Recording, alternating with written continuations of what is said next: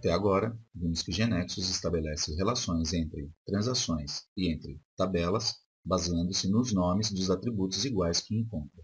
Por exemplo, na transação Attraction se encontra o atributo CountryID, com o papel de chave estrangeira, visto que com o mesmo nome está presente na transação Country e ali é chave primária.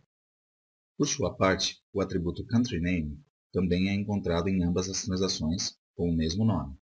Então, GeneXus interpreta que se trata do mesmo atributo. Neste caso, não é um atributo primário, ou seja, chave primária ou parte de uma chave primária em uma tabela. Portanto, GeneXus determinará que ele deva ser armazenado na tabela Country e não na tabela Attraction. Então, GeneXus sempre pressupõe que se usamos o mesmo nome de atributo, estamos representando o mesmo conceito. No entanto, há casos em que talvez precisemos usar nomes diferentes para o mesmo conceito e dizer a GeneXus que ambos os nomes significam o mesmo. Vamos ver isso. Suponhamos que na agência de viagens nos pedem para registrar os voos que oferecem aos clientes para chegar a uma atração turística, e devemos registrar para cada voo o aeroporto de onde parte, bem como o aeroporto de chegada. Para representar isso, criaremos em primeiro lugar uma transação de nome Flight. Definimos o atributo FlightID, que é automaticamente baseado no domínio ID, e agora vamos pensar sobre que outras informações devemos registrar. Cada voo, como dissemos, terá um aeroporto de partida e um aeroporto de chegada. Mas para os aeroportos, teremos que ser capazes de registrá-los por si mesmos, então podemos referenciá-los a partir dos voos. Então, vamos parar de trabalhar na transação Flight por um instante e vamos criar outra transação de nome Airport. Definimos então que cada aeroporto tem um identificador, Airport ID, um nome, Airport Name, e cada aeroporto se encontra em um país em uma cidade. Assim, adicionaremos os atributos Country ID, Country Name, City ID e City Name.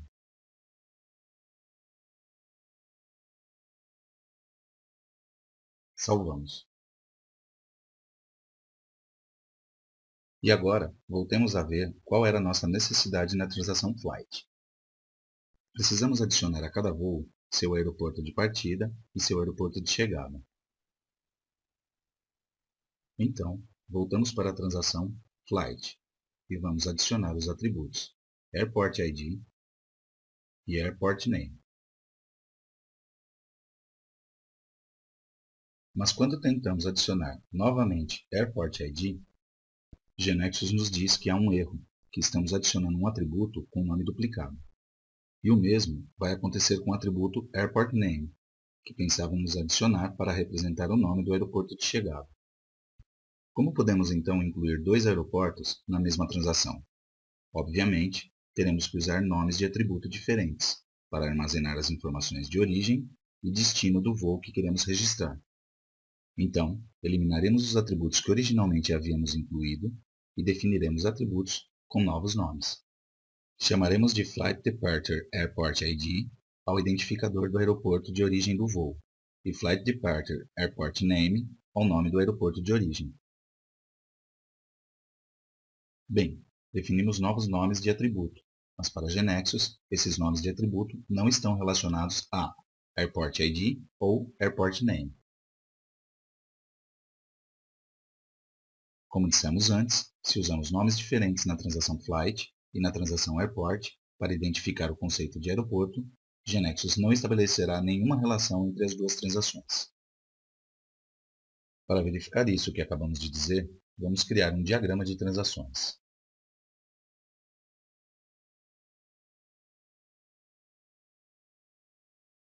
E vamos arrastar as transações Airport e Flight e vemos que, de fato, GeneXus não encontra nenhuma relação entre elas, uma vez que nenhuma chave estrangeira foi identificada em Flight que permita a relação com Airport. Se tivesse encontrado relação, apareceria uma seta entre as duas transações. Outra maneira de ver isto é prestar atenção à maneira como GeneXus nos mostra, na transação Flight, o atributo identificador do aeroporto. Vemos que é sinalizado com este símbolo, que na transação Airport também está em Airport Name. Este símbolo está indicando que o atributo é o que melhor descreve o aeroporto em um caso, ou ao voo no outro. Quando criamos a estrutura de uma transação, GeneXus escolhe com base nos tipos de dados de seus atributos ao qual parece melhor descrevê-la, mas o usuário pode alterá-lo para outro ou decidir que não há nenhum atributo desse tipo. Este atributo descritor é usado, por exemplo, pelo pattern workWith para permitir a filtragem por ele, ordenar por ele e etc. Recordemos do pattern aplicado à attraction. Para a flight, não nos interessa que o aeroporto de partida seja o atributo que melhor descreva o voo. Assim, o removemos. Vemos então que fica sinalizado com este símbolo, que indica que é um atributo secundário e não é considerado como chave estrangeira. Comparemos isso com a definição do identificador de país na transação attraction. Em attraction, o atributo country ID tem este ícone que nos indica que ele é um atributo chave estrangeira, mas não é o caso do atributo Flight Departure Airport ID na transação flight. Então, como fazemos para que GeneXus possa associar nomes distintos para o mesmo conceito? Precisamos que Flight Departure Airport ID, mesmo se chamando diferente de Airport ID, seja considerado como tal, ou seja, como um identificador de aeroporto. E o mesmo vale para o nome do aeroporto. Como podemos conseguir isso? A resposta é, mediante definição de subtipos. Quando um atributo tem nome diferente de outro já definido, mas ambos representam o mesmo conceito, podemos dizer para GeneXus que o novo atributo é subtipo do outro. E a partir desse momento, GeneXus vai considerá-los como se fossem exatamente a mesma coisa. Portanto, GeneXus tratará o atributo Flight Departure Airport ID exatamente como se fosse um Airport ID, ou seja, irá identificá-lo como chave estrangeira na transação Flight. E o mesmo teremos com Flight Departure Airport Name. Indicaremos que é subtipo de Airport Name. Vamos ver isso na prática. Para definir subtipos, a primeira coisa que precisamos fazer é criar um grupo de subtipos. Assim, criamos um novo objeto do tipo Subtype Group e colocamos como nome Flight Departure Airport.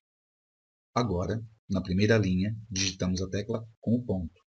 E GeneXus nos sugere os atributos que começam com Flight Departure Airport, que já havíamos definido na transação Flight.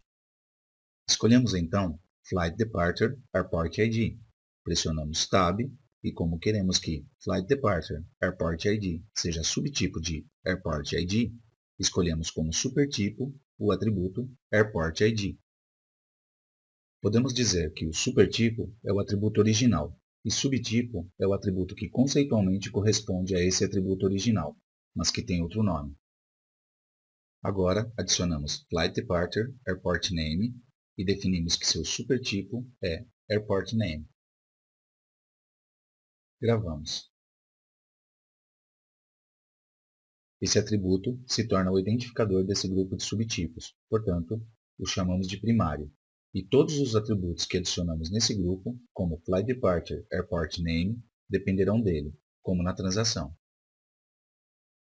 Vamos agora para a transação Flight e observamos que o atributo Flight Departure Airport ID tem o símbolo indicado, que será tratado como uma chave estrangeira, e também o símbolo da letra S, que indica que ele é um atributo definido como subtipo.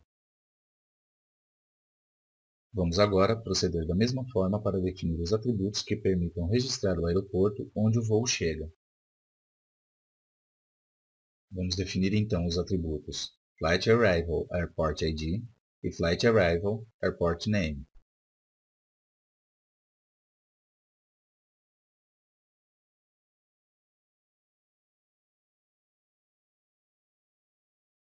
E gravamos. Criamos agora um novo objeto, de tipo Subtype Group, e colocamos como nome Flight Arrival Airport. Digitamos o ponto. GeneXus nos sugere os atributos que começam com Flight Arrival Airport e escolhemos Flight Arrival Airport ID.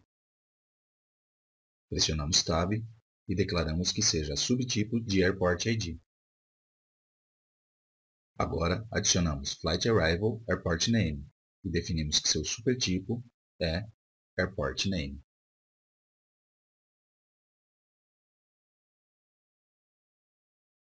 Gravamos. Vejamos novamente a estrutura da transação flight. E voltamos agora a analisar o diagrama de transações que havíamos criado antes. Vemos que agora GeneXus sim coloca a seta.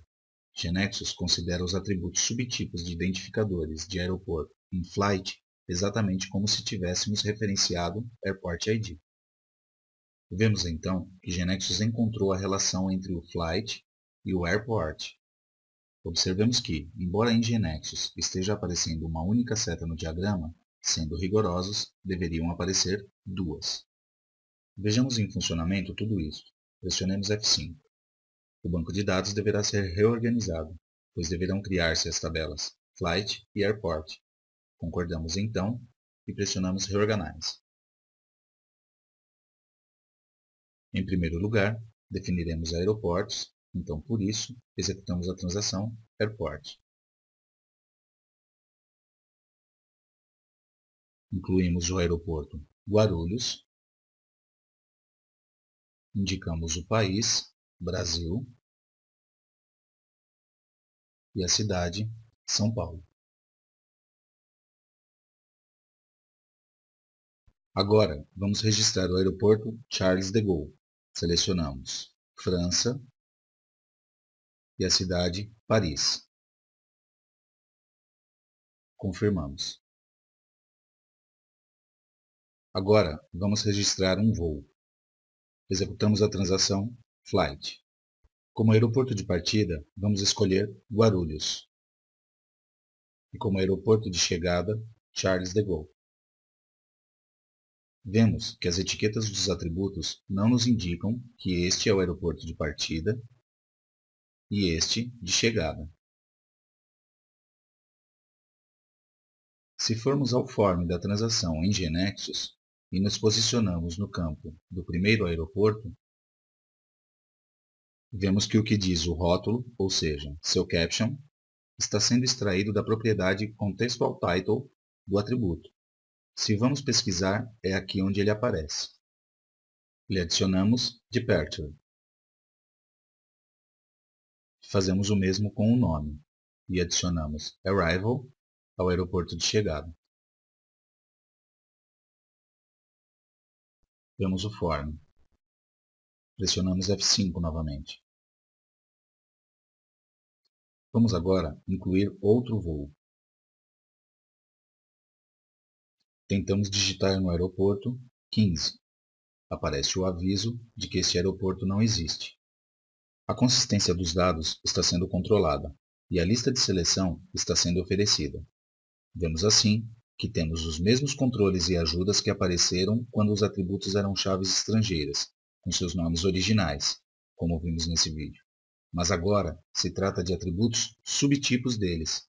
E esta é justamente a ideia, que definindo subtipos, que conseguimos definir que nomes de atributos diferentes correspondem ao mesmo conceito. É por isto que este atributo e este outro serão interpretados como chaves estrangeiras, e que estes serão inferidos a partir dos primeiros. Mas como é que GeneXus sabe que o nome deste aeroporto deve ser inferido neste, e não a partir deste? Não é pela ordem em que os atributos aparecem, nem pelo nome que lhes demos. Sabe disso porque esse atributo foi definido em um grupo com este, e este em outro grupo com este outro. Portanto, é essencial agrupar, no mesmo grupo de subtipos, os atributos que se correspondem. O uso de subtipos permitiu-nos representar uma situação que ocorre na realidade. Neste caso, um voo tem dois aeroportos que cumprem um papel diferente. Um é o aeroporto de partida e o outro é o aeroporto de chegada. E os grupos nos permitem diferenciar ambos os papéis e conectar os atributos de cada papel. Vamos destacar que não incluímos todos os subtipos no mesmo grupo, nem os dois atributos de subtipos primários de um lado, em um grupo, e os dois atributos secundários em outro. Não. Agrupamos os atributos que definem o aeroporto de partida juntos, em um grupo, e os atributos que definem o aeroporto de chegada juntos, em outro grupo. Repito, isto é assim porque GeneXus entende, com este grupo, que quando se insere valor para este identificador de aeroporto, Flight Departure Airport ID, o nome do aeroporto correspondente a este identificador deve ser carregado neste atributo, Flight Departure Airport Name, e não no outro nome de aeroporto que está na transação. Da mesma forma, GeneXus entende que ao digitar valor para o identificador do aeroporto Flight Arrival Airport ID, o nome do aeroporto correspondente deve ser carregado no atributo Flight Arrival Airport Name. Bem, agora vamos supor que na transação Flight queremos para cada aeroporto ver, além do seu nome, seu país e sua cidade. Isso simplesmente se resolve definindo mais atributos de subtipos em cada grupo, ajudando o desenvolvedor, dando-lhes nomes significativos e não se esquecendo de indicar quem são seus supertipos. E dessa forma, GeneXus vai entender que para o subtipo primário do grupo, deverá inferir todo o resto da informação associada. Vamos fazê-lo.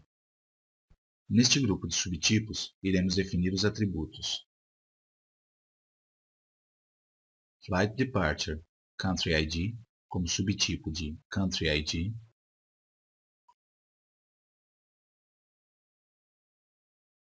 Flight Departure Country Name, como subtipo de Country Name,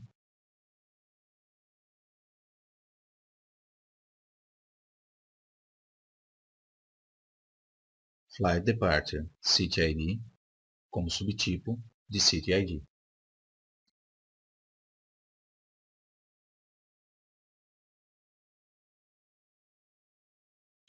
E Flight Departure City Name, como subtipo de City Name. Gravamos.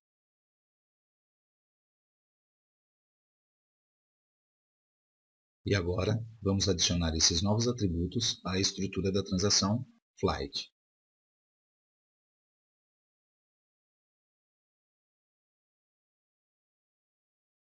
Gravamos. E fazemos o mesmo para o outro grupo de subtipos. Definimos Flight Arrival Country ID, como subtipo de Country ID, Flight Arrival Country Name, subtipo de Country Name,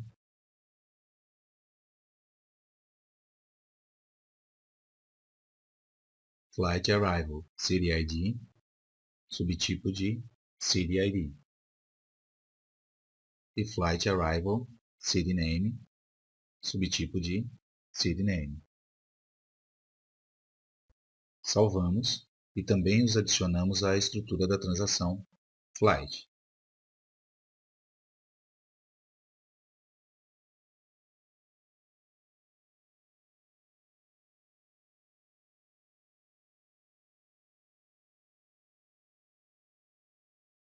Gravamos. Como fizemos antes, a cada atributo adicionado, alteramos o título contextual para que o rótulo na tela indique a função.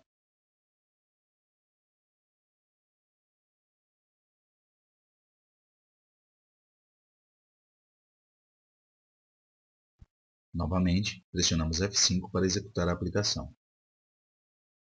Abrimos a transação Flight, consultamos nosso primeiro voo e podemos ver de cada aeroporto seu país e sua cidade. Desta forma, vimos como resolver uma dupla referência ao mesmo conceito, mas com diferentes papéis, uma vez que os dois aeroportos deviam ser obtidos a partir da mesma tabela, mas cada um tinha um papel diferente. Por último, é importante saber que essas poderiam também ter sido soluções válidas.